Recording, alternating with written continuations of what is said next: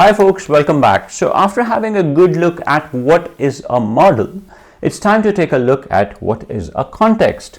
Now, what does context mean? If we again talk about English language, in English we say the context means a situation, a background or surrounding information that helps you understand the meaning of something.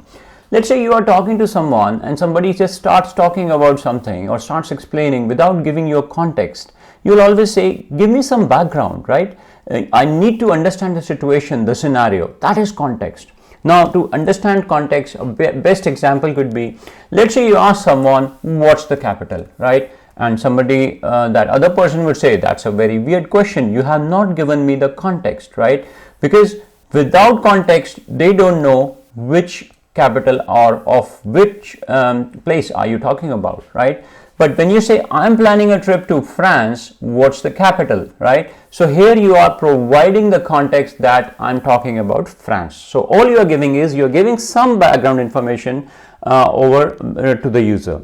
So now when we talk about the models, the LLM models, what kind of context are we passing? So remember, MCP standardizes how AI models interact with external tools and data sources by defining specific components. And don't worry, we'll go more deep dive on these, but these components are tools, resources, and prompts.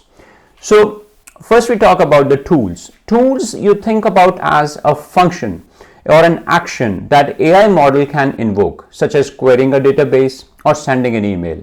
So these are the tools, and every MCP server will have its own certain set of tools that it will be performing, right? Then we talk about the resources.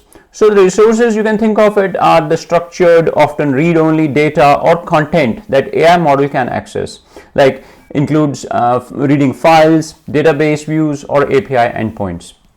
And I believe everybody knows prompts, right? When you're talking to ChatGPT, you are giving prompts.